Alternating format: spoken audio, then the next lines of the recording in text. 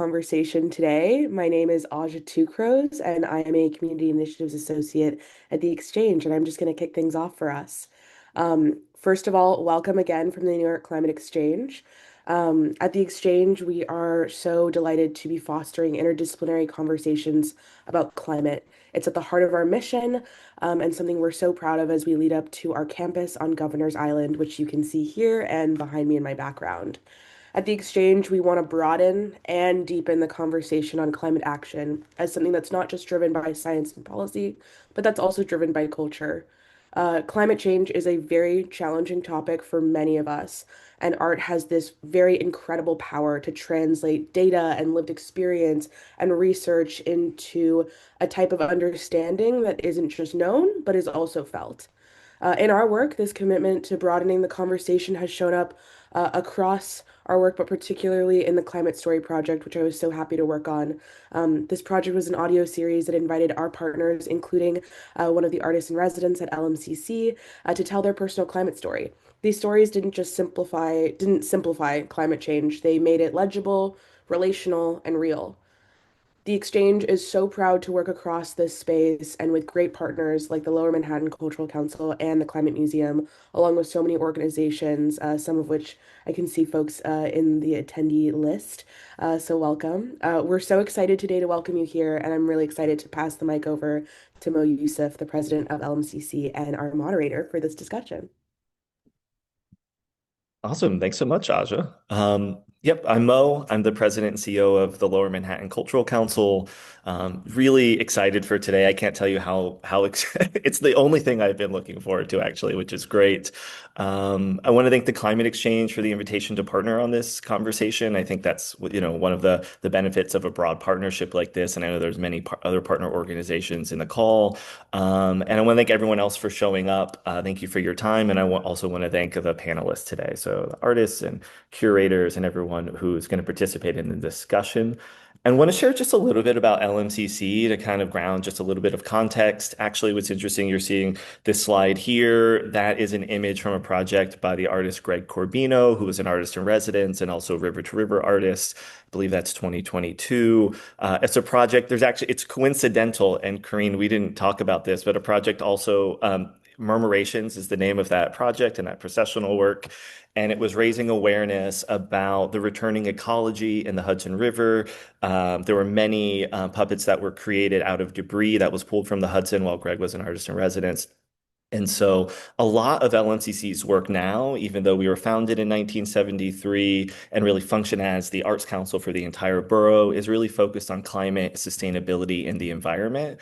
The Art Center at Governor's Island is really the hub incubator space where a lot of that work is being projected in galleries, exhibitions, in our artist residency program, which I'll share a little bit more about in a second.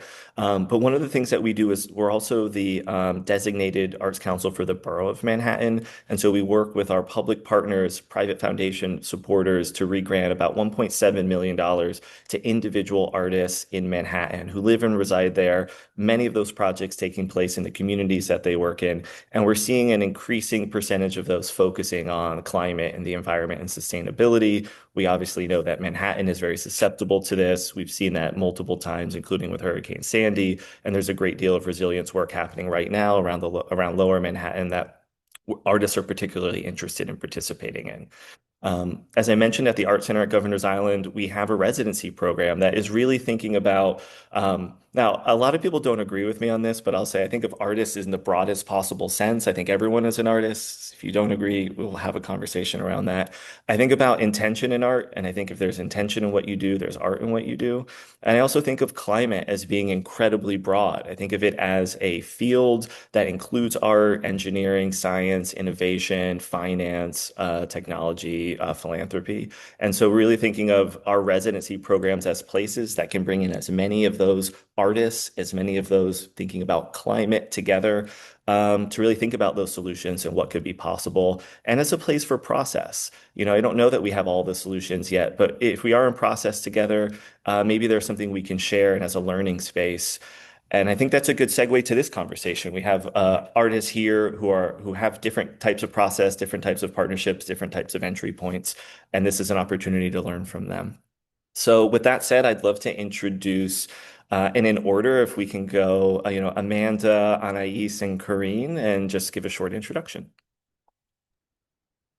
Hello, good morning from Minneapolis. Good afternoon in New York. Um, I am Amanda Lovelee. I am a civic and environmental artist based in the Twin Cities, and I use joy and play to bring people into climate policy and government work around climate. And I am currently a U.S. Cultural Policy Fellow at Stanford University. All right. Hi, everyone. My name is Anais Reyes. I'm the Deputy Director at the Climate Museum. So for anyone who maybe doesn't know, the Climate Museum is the first museum in the US dedicated to climate change and to climate action. And we use interdisciplinary arts and cultural programming to create pathways into climate conversation. And every program that we do ties to civic and collective actions. So I'm excited to share more about that in the rest of the discussion.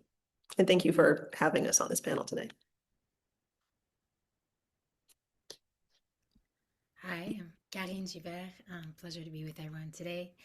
And I am the founder of a project called Grounded in Motion, which focuses on interdisciplinary work and weaving in the arts and other mediums specifically for youth in different classroom settings, hopefully moving more and more out of classrooms and into real ecological spaces for learning. And I'm a spoken word artist. We've done a lot of work with audio immersive specifically to bring different educational spaces into a different point of entry for climate conversations.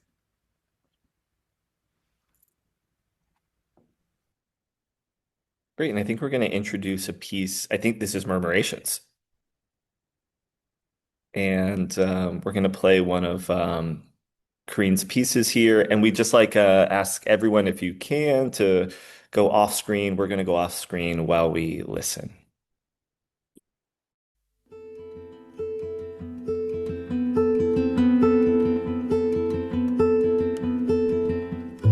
We sense magic and mourning in our inner layers.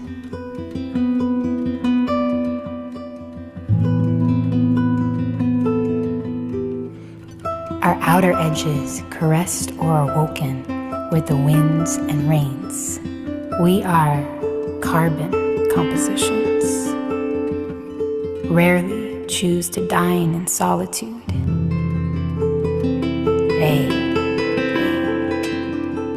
They fly by the thousands. External forces shaping their movements. Murmurations. Whispers. Fluctuations by the sevens. A migration toward the southlands.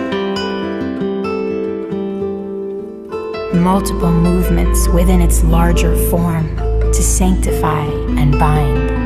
A communion, not of wine, but of murmurs, whispers, and feathers. Sun down, sun up, sunrise, flight.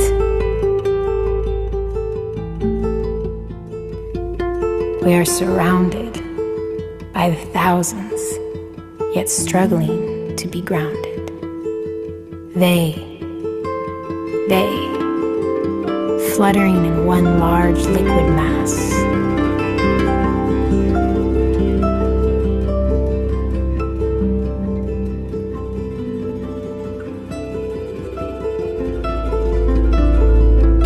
Uttering low, continuous waves, formations of caves. Resemblance of rivers in the sky with their life in motion.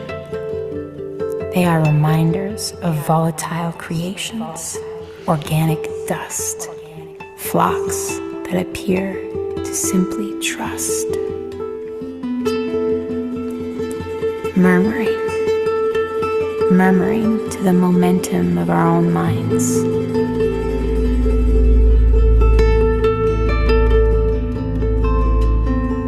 In flight, we find different shapes. In bodies, we find different tastes. Ecosystems, like our organs, one of many.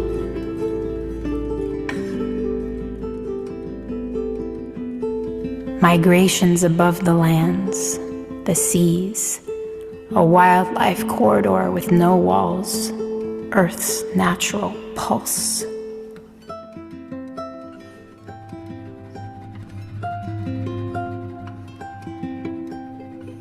Murmuration, murmuration, murmuration, a fluttering meditation.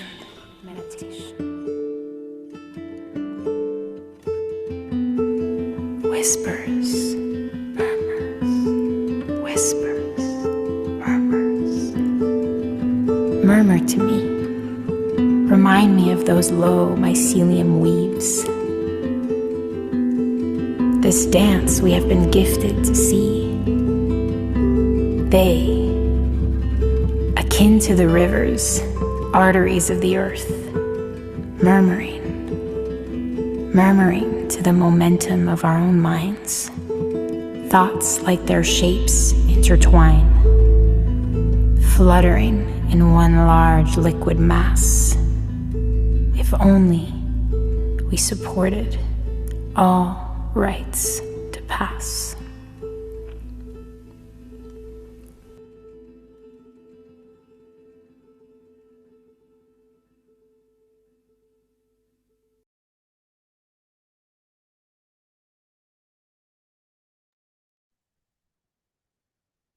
Great. Thanks so much for sharing that.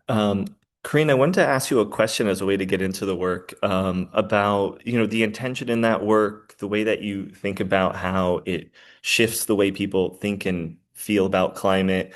And then, as we were chatting last week, I know that there, in terms of communication as well, that there are responses to this work, or the work has space for people to respond to it, to take it, to turn it into something that's relevant to them and their particular location or space. So would love to hear, all of your thoughts about that.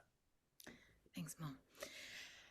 I know someone was mentioning they couldn't hear me so well, so if that comes up again, just let me know. I have something in the voice that doesn't always convey so well over Zoom, so we'll try. To go back, so the way that this was conceived was really a piece about reverence. A lot of our work is around reverence for the earth and for its aliveness. So one of the things that we really have been working on in different educational spaces is to remember that the earth is alive. And this comes up a lot with youth groups, specifically when they're going through environmental systems courses or sustainability courses, where really they're looking at the planet's threatened ecosystems, but there's not a lot of space to process grief, to mourn silenced ecosystems, to give imagination blueprints for future ecological flourishings. And the piece was written actually for a Rights of Rivers campaign. So I do quite a bit of work with the Rights of Nature movement and Ecocide, and different artists were sharing their relationships with rivers. And we had an invitation to bring lots of different rivers together, and murmurations and bird migrations was the vision for that, so that we could think about the ways that all these rivers are interconnected through birds. One of the lines that stood out for a lot of participants when they heard it was arteries of the earth, which is one that comes up in many different, I think, articulations of people's love for rivers and their connective pathways. And then, people, we've created different installations. We've invited people to write letters. So one of the images that you can see is a collection of different letters that were written to bodies of water after listening to the piece and in conversation with us. We were part of a confluence, which was a tapestry of rivers and their gardens, which was hosted by a beautiful environmental storytelling group called Talking Wings, which was weaving these sort of voices of different river fighters around the world. And And then people, so originally, I think probably everyone knows because originally we were going to perhaps share a film. There was a choreographer who then was inspired by the piece and created a dance piece, which was very place-based. She's based in Wales, and that was, I think, a response to her homage and reverence for the natural spaces that she's also in. Thanks so much. It's so interesting to see, or the intention is also how it can spawn other interpretations or reactions and sort of live, in a localized place, but then also globally as well. Amanda, we're going to invite Amanda and Anais to share more about their practices as well. So I'll pass it to Amanda. Hello. I'm gonna wait for I think an image will pop up at any moment.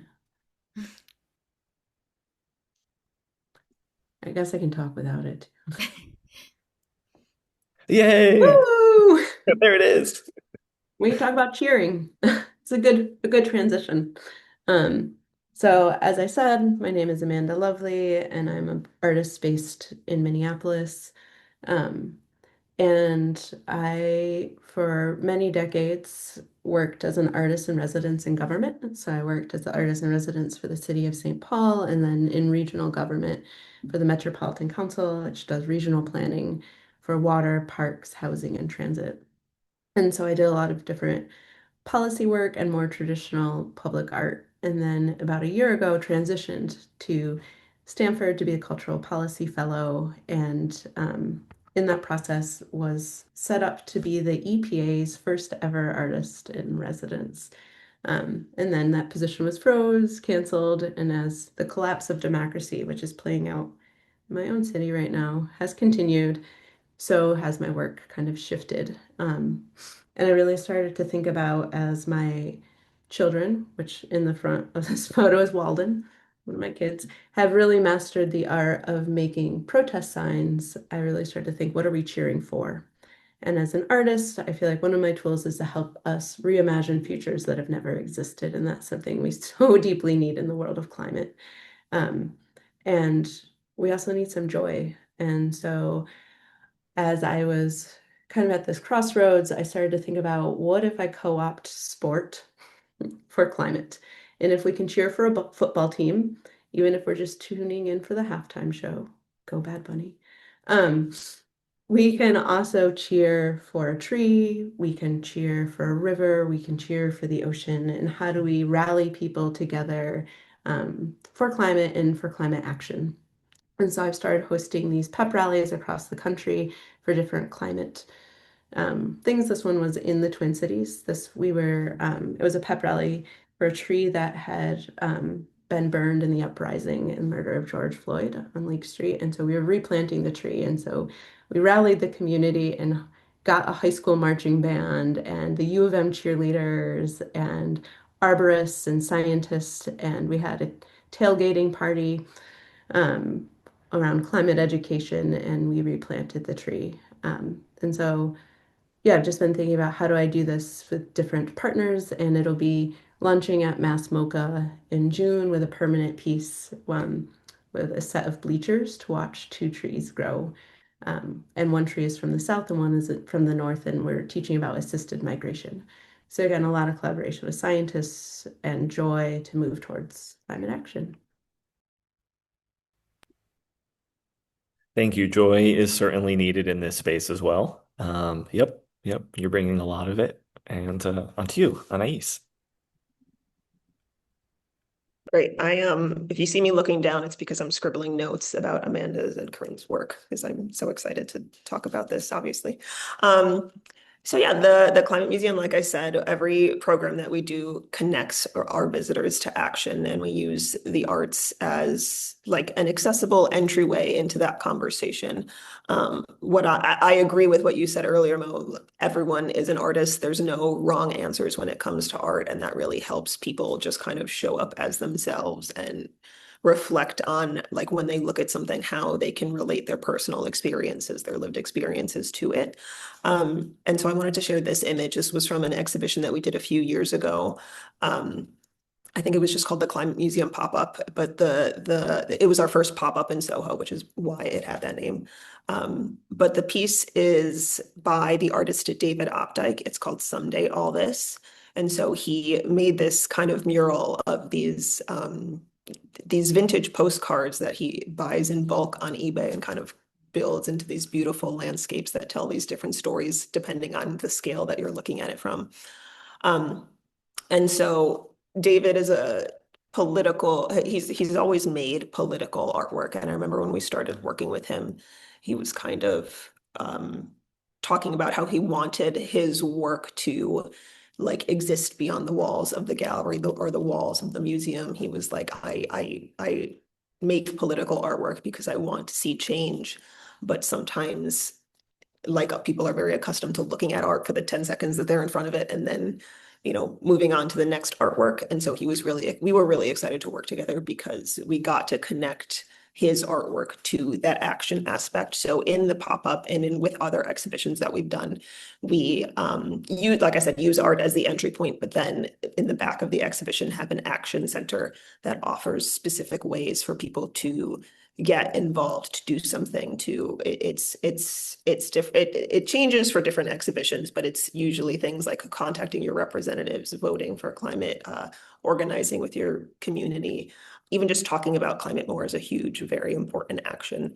And so we have kind of found this format that works for us. We tie together art, learning, and action, and we've found that it really helps channel the fear and the worry that people feel into action, into something not just productive, but like empower. We all acknowledge that this is a very scary issue to be working on, and we're allowed to feel anger and we're allowed to feel fear, but we're also allowed to feel connected and to feel joy, as Amanda said, and we can channel all of those emotions into action. We kind of just it's helpful to have a little nudge of like, here's what the experts say we need to do. Let's all come together and do it. Yeah, thank you for sharing that. I totally agree. I think there's so many ways, different kinds of people with different perspectives, some that may be seemingly different than our own, enter this space with similar interests. But um, I guess we were talking earlier this week when we met about, what we wanted this discussion to be. And this question I'm going to ask or enter, I think was one that all really resonated with us, which is, in all of the different kinds of work that we're doing, it's not just what we're saying and how we're saying or communicating the climate crisis, but it's who we're communicating with. And there's many moments, just me personally, this is just Mo speaking, where I find myself in rooms, in webinars, in places where we've all drank the Kool-Aid. We all have some general understanding of alignment on this issue. So to everyone here who's participating and those who are listening, I'm just curious, like, how do you think about your work reaching people who aren't in this room or aren't in these spaces, people who might be very different than us, but those people or those communities that could use a benefit from a greater turn of mind on this issue? We can talk a little bit about this. Like I've been thinking a lot about, again, I chose sport, which is not my sport ball, as a bipartisan tool, and really thinking about how many cities, I mean, including New York, Minneapolis, the urban core votes one way, and when you quickly get to the suburbs and to the rural areas, like how do we talk about climate when people might not even believe in it or find it as a really political topic? And so I hosted one of these pep rallies in rural Wisconsin around an endangered snail, in a really Republican area where if I had come in hot as an artist from a city and was like, we're going to host a pep rally around climate and we're going to come together and talk about climate change and climate possibilities, that would have been a really different conversation. And I worked for the state park and I was the artist in residence at this like state park, and we rallied around this threatened endangered snail called the cherrystone drop snail. It's the size of a piece of rice. I actually never saw one while I was there, even though I threw a pep rally for it. But I worked with a youth dance troupe. By youth, I mean, I think the oldest was maybe 10. And they really took their mission of caring for snails seriously and made signs. They made snail shirts. They made a dance for the disco snail, and they led this pep rally and brought their families who also all had signs. And I was like, oh yeah, the edge of a parade is a protest, and teaching people to show up for something they care about. Um, and the head ranger of the park gave this empowering speech about like why we care about snails, which is the basic like same for plants, like they just can't move fast enough. And so the speed at which we're creating change, the snail can't move. And so we need to slow down. And if we can slow down, our resilient plants and animals can catch up. Um, and everyone was cheering, right? And like came up to me afterward and talked about the snail and talked about this park and like the changing coastline at this and again it was like an entry point, like you had said, Anna, like a way to bring people in towards climate action without directly yeah, feeling like they were supporting a climate conversation. They were supporting a snail. And so I think I've been thinking a lot about like how as an artist, I mean, I also do work with museums and large public art pieces that maybe you need an MFA to understand. But I've been really thinking about like, what is my superpower in this rebellion in this moment, and what can I bring, and how can I translate it in a way that is an invitation? Um, and just been thinking a lot about what is that invitation to really invite people in to care. Because at the end of the day, people might not believe in climate, but they care about the Hudson River, Mm-hmm. or they care about trees, or they care about mussels, or they care about snails, right? And um, artists are great translators. Yeah. Amanda, I think it's beautiful, this idea of action in the sidelines and, pep rallies, and what's happening in the sidelines is this little protests. And I think when I hear joy, awe and reverence for me has really been one of my grounding practices in the last couple of years, because I think the reverence that I feel, and that all those that we are already kind of drinking the Kool-Aid, as you said, Mo, I think there's just this insatiable love and desire to express that love for a snail, for a tree, for a body of water, and that's something that everybody shares, regardless of your political background, and to some extent, that relationship building is really part of that, and building those relationships. And for me, sound and music has been my entry, because it's a moment for everybody to just be in that space of contemplation. So it's interesting because I play a lot with this sort of like action and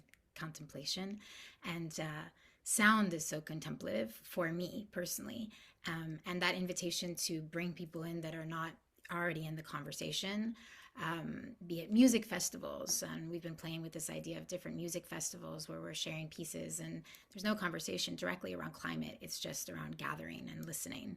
And one of the conversations that really stands out for me one time was with a NASCAR driver. So I didn't really know what that was, because I was not born in the United States. So, and it's not in my, general environment. And the way that we ended up having a conversation about the environment and the way that we cared about it was, he was talking about driving through the desert and looking at the stars, and that sort of reverence that he had for the darkness and being able to connect to, you know, the stars above. And he was driving a car for a very, very long distance across the United States. And those were the moments that were the most special. But really, with a NASCAR driver then starting to talk about politics and different things around industry that impact climate, that was not going to be the conversation. That was going to, open up a possibility for talking about action or environmental activism. But the stars and the sky, and protecting the night sky, and initiatives around the rights of the night were, which was a incredible surprise, and not at all where I thought that conversation was going to go. I have a two-part response to this question, because I completely agree with what the other panelists have said, this relation to experience, and especially like care as a term relating to climate change, and relationships as a term relating to climate change. And I feel like I have similar stories as ones that have just been shared, where I'm at an event or on a panel, or I meet someone at the exhibition. One person I met, she was like, "Oh, I work in climate change, but I'm from," like, she was born in Russia. And she's like, "I do all this work, I study, I have the facts, and I go to my family in Russia, and they don't believe me. They don't listen to me. They're not interested in hearing my climate talks. But when I ask them, like, oh, hey, on the farm, like, are you noticing changes with the environment? Are you noticing changes with how, like, the crops that they were growing, like, are you worried about it?" And, suddenly it's like, "Oh yeah, it's not growing as much. I'm worried about my community and, like, our food source." And, like, just like having that understandable shift in just how you frame something is really important when it comes to climate communications. And sometimes that's, my my elderly relative is having problems with asthma because of the pollution from fossil fuels in like the South Bronx. Or like, I just had a conversation with an artist yesterday talking about how they've transitioned. Well, they started incorporating more about immigration and what's been happening in Minneapolis into their work, because they're like, oh, knocked me dead point was like, immigration is one of the most natural things that migration happens on every continent. Like, so many species migrate. Like, why are we separating climate and immigration? A climate is connected to every other issue. And so I think being able to relate to different experiences, like we've said, is super, super important to bring people into the conversation. And the other part of this question that I want to answer is, something that the Climate Museum really focuses on is, because, like, I think the turn of mind that needs to happen is not convincing people who don't want to be convinced, who don't want to listen, who don't want to care, because there are so many people who do care, who are interested, who do want to do something. And there needs to be a shift of, like, from that, I think I mentioned this before, that shift from worry, from anxiety to action. And because, like, there's statistics put out by the Yale program on climate change communication and George Mason universities. They say that 64% of Americans are worried about climate change, but I think it's about the same percentage don't talk about it, don't know how to act, don't know what to do about it. And we've kind of heard that story at the Climate Museum in different instances. When we talk to people at the exhibitions, people are so worried, they care so much, but they kind of just feel stuck and isolated and they don't know what to do. And so I think that turn of mind that needs to happen is giving people an answer to that question: what can I do? There was one program that we did where we called it Ask a Scientist Day, thinking that people would come and ask questions about climate science. And then the number one question we got was just, what can I do about climate change? And I think the shift of mind needs to be like, we all have power in this situation. We just need to acknowledge what it is and come together. And kind of, like I said before, we just need to start organizing, basically. Thank you. I mean, related to that, I mean, this is obviously a call with a ton of, I mean, I'm just looking in the chat right now, a ton of potential partners, a ton of organizations, a ton of resources here. And so for each of you, I'm curious if you can share an example of a partnership with an organization, with an institution that's broadened that impact, that's allowed you to access maybe a different kind of audience, that had a particular or collaborated on the creation of a work in a surprising or interesting way. I think partnerships are really a key to success. Obviously, this webinar is a partnership. Everything is a partnership in theory. So curious if you can share more about that as also a way to lead to potential maybe new partnerships after this conversation.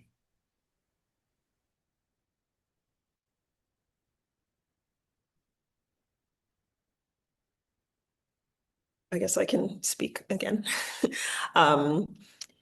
So at the Climate Museum, I feel like everything we do is in partnership with other organizations. And part of that is acknowledging, like, you can't be an expert in everything. So you bring other people who are experts in those things. You bring in, the artists, the scientists, the community, the environmental justice organizations. We've partnered with museums. We've partnered with, we a couple of times we've partnered with climate psychologists who are like pioneers in the field of addressing climate anxiety.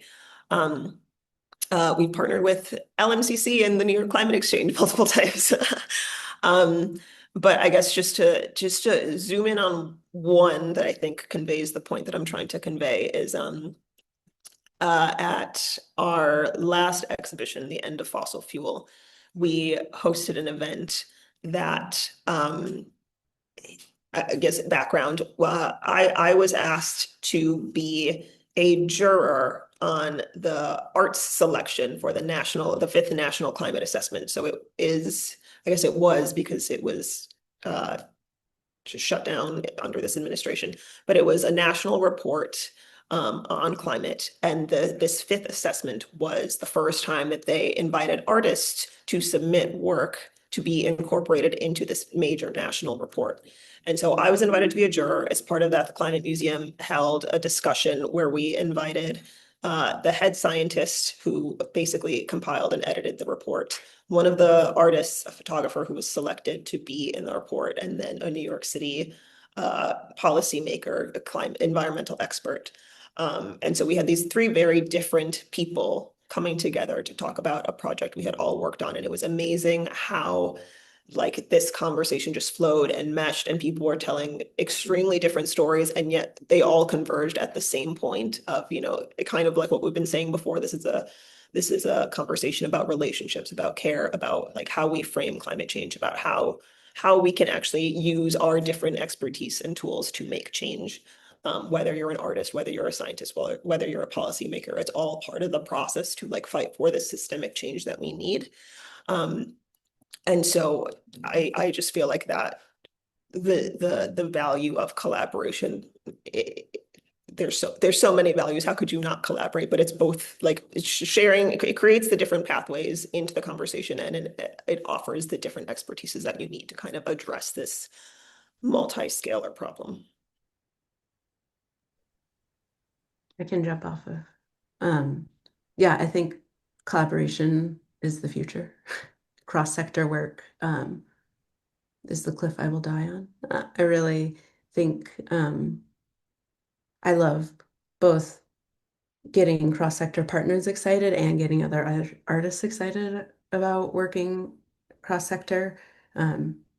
Right now, I'm through the fellowship at Stanford, I'm housed in different organizations. So I'm working on, ironically, California's fifth climate assessment. So I'm in the Governor's Office of Land Use and Innovation.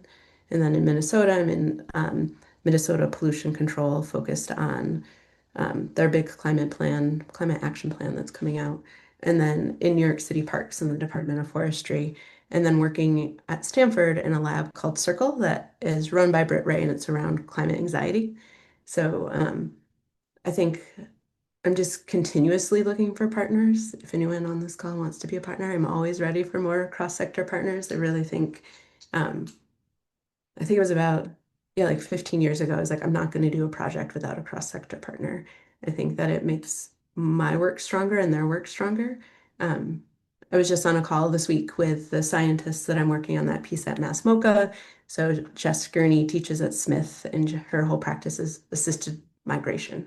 And she has this big NSF grant, and she was saying that she just wrote in the grant about the piece at Mass MoCA, and she was like, it's the first time ever I could legitimately say that my research was going to reach 100,000 people.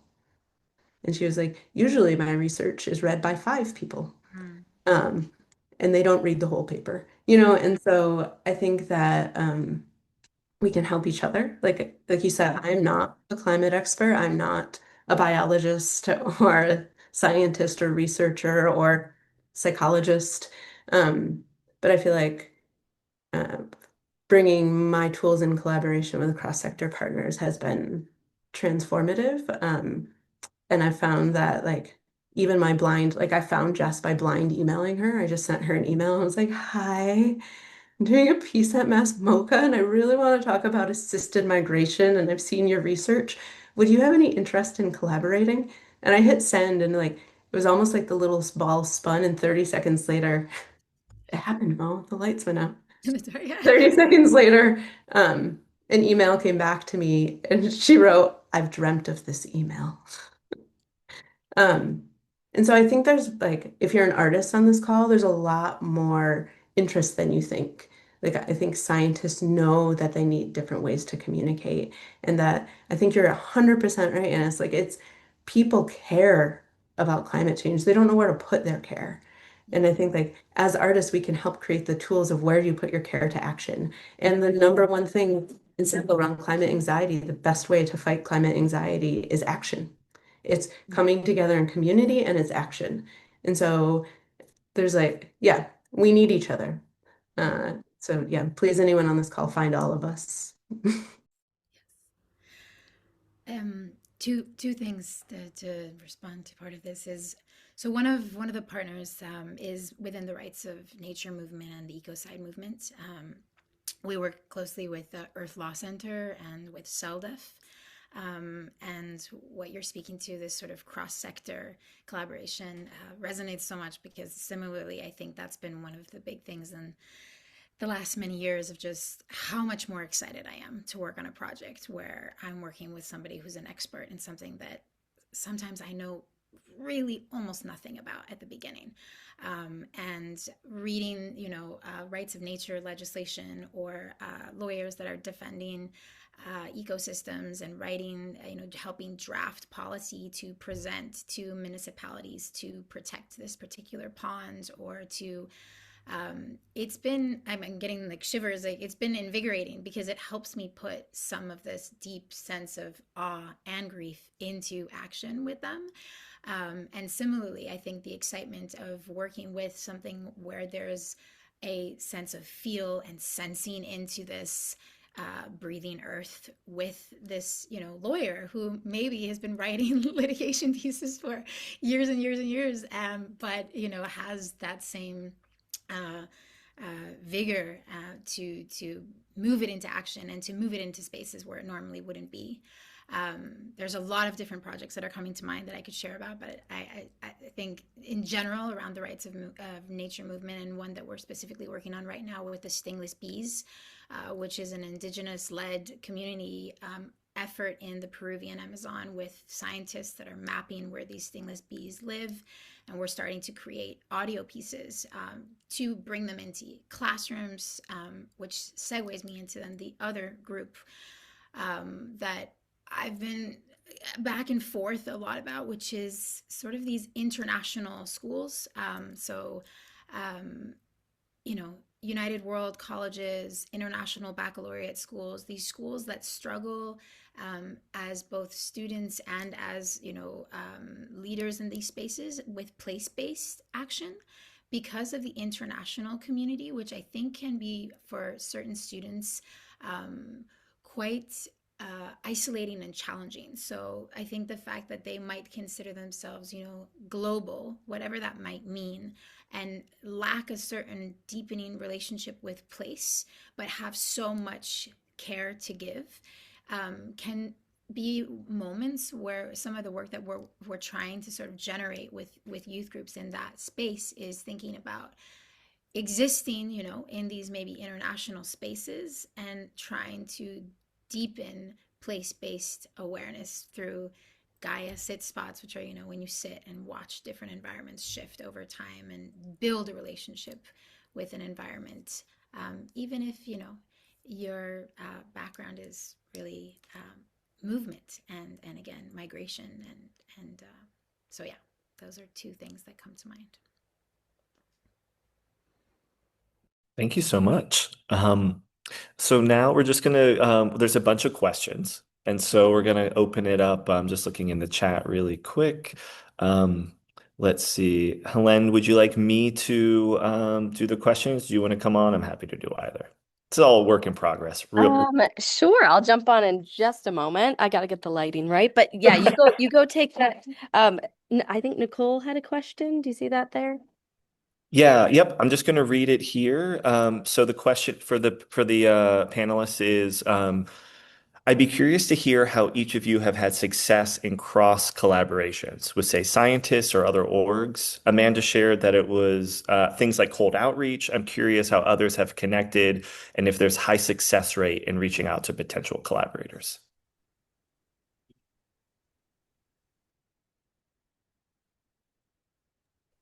I mean, I think I will just jump in and like, sometimes the cold calls don't lead to success. But I do think what I have found is that there is much more interest and intrigue than you think in the world of science with the arts.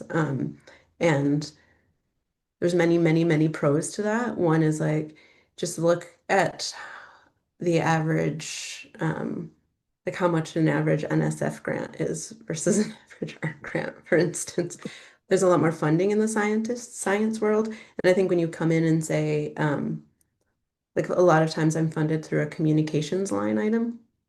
It's also getting creative around like maybe it doesn't say artists, like they're going to fund art, but they're going to fund outreach, engagement, communications, and kind of as an artist being those are all things I do. I just do it very differently. It won't be I'm not going to graphic design your infographic, for instance, but you might end up with a pep rally. And if you're cool with that, then I think we're meant for each other. Um, and then I think the spaces where again, when I get invited into a cross-sector thing, like when I present in the world of science or that also really opens up more people coming up and having interest. Um, so that's another space. But if you are on the science side of things and you're looking for an artist, like find your Mo, like find your arts org that has that relationship to artists because they're across the country and they exist and they know the artists doing climate work who would love to partner. So I think that's also a really great resource if you are like, I think I want to try engaging artists on a wastewater project, but I don't know where to begin. Like, find your Mo's. And I am sure Mo would have a list of like 5 artists instantly he could think of that he's worked with before who have thought about water. Um, and so I think the bar is actually a lot lower than I think we tend to think it is.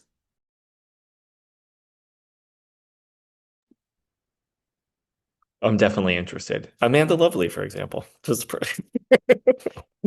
I think that the invitation is also very important, right? What we're inviting people into. Sorry, now I'm just talking, but it's such a how we invite each other. This is a long relate. These are relationships, right? They're not project-based things. They're interest-based things. They're individual humans who have this who care, who have hearts and minds, and will collaborate with for a while. And so I think that's right. What are we inviting someone into? It's just something long term. Um, Also that, what I often ask people to think of, regardless of what they're working on, is to think of art as not ornamental and not extra, but as integral, right, to the thing that we're building. So don't think of it as a mural we're slapping on or a design of something. It's a part of the architecture of it together. So the earlier we can be a part of a conversation, even if it seemingly feels like it's going nowhere, that's actually good. It's good to meander, right? It's good. I often say, let's be in the place of not knowing as long as we can together. So those are just some of my thoughts around like how we have the invitation, how we partner, how we collaborate. I'll also say this: there's so many times where we all mean well, but sometimes it's hard to collaborate. And I think in a novel, in a place that seems novel, where we're asking questions about what can be the real impact in this constellation of art and climate. Let's be in a place of experimentation and practicing, and failure is okay, and just what can we learn from it, and let's share it with each other. Let this be a resource of us having successes and having challenges, and sharing them in real time. I'm so glad you brought up that point, Mo, because it was an exclamation point in the back of my mind, like, oh, we should say this explicitly, this idea that arts are not decoration, arts are a climate solution. And I also love the way that Amanda framed it as like, sometimes it's under a communications line item because arts are a form of communication and they're an effective form of communication. And I like to bring up past examples when arts changed policy. There's Earthrise, the first photo of the Earth from the moon and how that sparked the environmental movement, or like Silent Spring is like a literature example, or Guernica, or even like the Pussycats from like the Women's March in 2016, 2017. And how like art it reflects and can amplify public opinion. It can shift public opinion. And so I think in thinking about these potential collaborations, it's important to acknowledge and make space, like not exclude the role of the arts because it's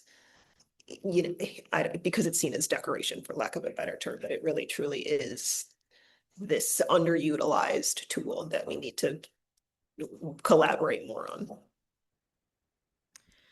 I think just to emphasize that within education again is that what we're seeing and some of the things that keep coming up is this siloed, right? I mean, education systems and the different ways in which subjects are, and that is shifting. And Black Mountain College in Wales is incredible in terms of the work that they're doing to really sit ecological, flourishing conversations in different environments. But it's that cross discipline, interdisciplinary work within educational, I don't even want to say, schools, but within educational initiatives that is also shifting at the youth conversation, because otherwise arts is just this separate class, or science just is this separate class.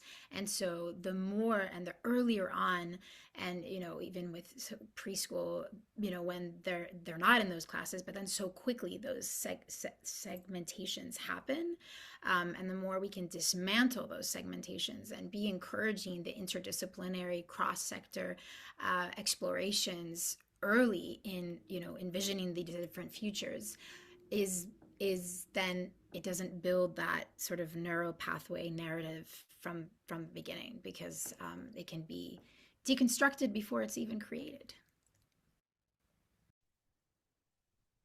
Thank you. I mean, I think any last thoughts, anything that anyone would like to share as a closing out of the webinar? Thank you all again for participating, and thank you everyone for attending. Yeah, I just there was one other question in the chat just around how you bring in culture for climate communication. I think we kind of started to scratch the surface, but if that brought up anything for anyone, maybe that'd be a good way to finish up. Like, what makes the process effective there?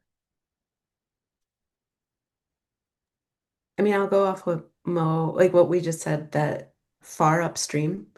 Like, I think bringing artists in, I always joke, I don't want to frost your badly baked cake. Or my other one is, I'm better than your footing. Like, I don't want to come in where you've already made an entire plan and you're like, here's a footing, you could put art here. Like, yes, I do large scale public art sculpture too, but I want to do it in conversation and I want to build it with you. And yeah, I love that the messy unknown space, like far upstream, thinking about like how can we grow this together and how can we change systems.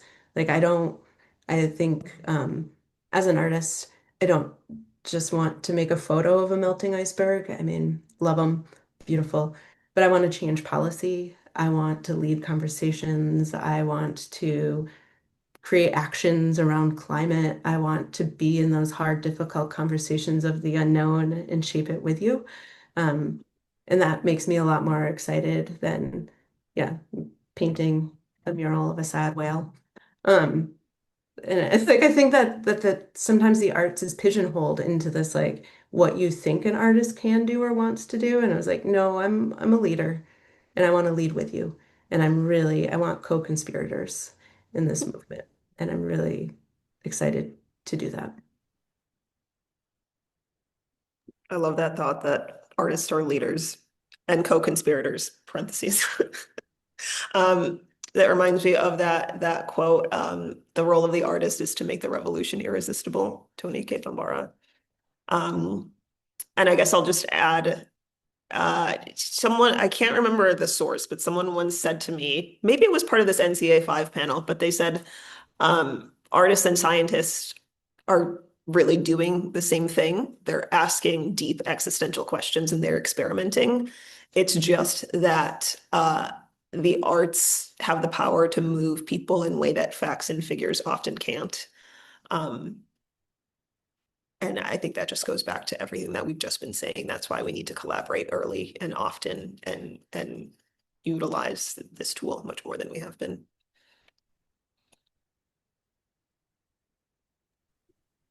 Well, that is a great note to end on. I really appreciate this crew joining us for this conversation.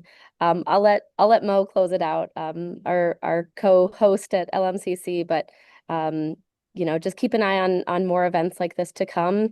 And we really appreciate everyone both taking the time to lead this discussion and to be part of it. Such great comments in the chat. So thank you all.